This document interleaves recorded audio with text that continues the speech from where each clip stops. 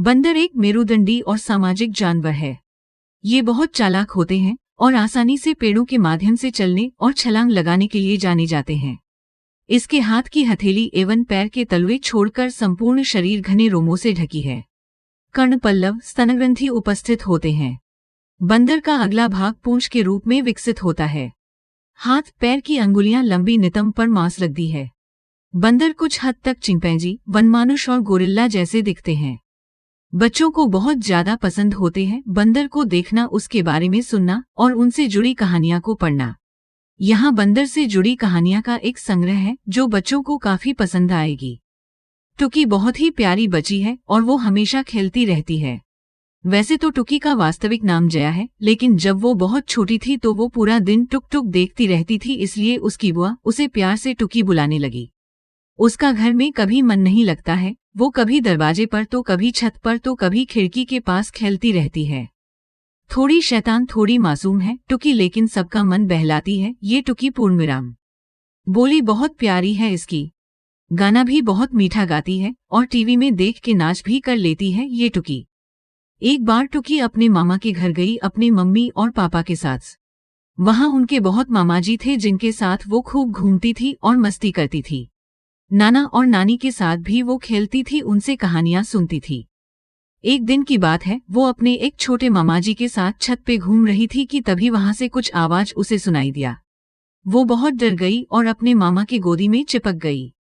टुकी को देख के मामा हंसने लगे और उन्होंने कहा कि टुकी, ये कोई डरावना आवाज नहीं है, ये तो मासूम बंदर की आवाज है जो तुमसे मिलने आया है। टुकी देखी तब सामने तो एक लंबी लंबी पूंछ वाला बंदर था जो उसके तरफ देख रहा था।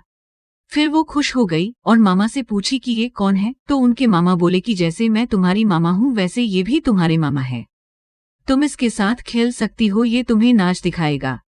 फिर टुकी खूब हंसने लगी और बंदर मामा, मेरे बंदर मामा करके बंदर के साथ खेलने लगी। उस दिन के बाद जब भी कहीं टुकी बंदर देखती थी तो उसे बंदर मामा कह के पुकारती है। पूर्णविराम। मिष्टी बहुत ही प्यारी एक बच्ची है जो अभी बहुत छोटी है। पूर्णविराम।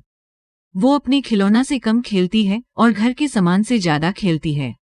जब भी उसके सामने कोई कुछ खाने बैठता है तो वो सामने से थाली पकड़ के अपनी ओर खींचती है। पूर्णविराम।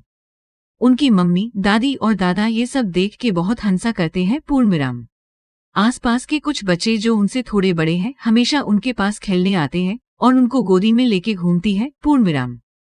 मिष्टी अभी चलना नहीं जानती है, लेकिन वो उछल कूद के यौन से वहां चली जाती है।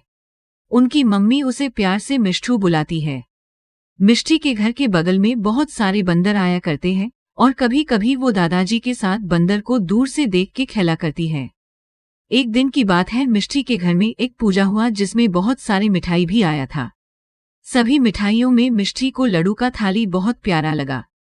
वो फुदक फुदक के वहां तक पहुंच गई और थाली में से एक लड्डू उठा ली और उसे खाने लगी कि तभी वह एक छोटा सा बंदर आया और मिष्टी के पास बैठ गया और उसके हाथ से लड्डू छीनने लगा।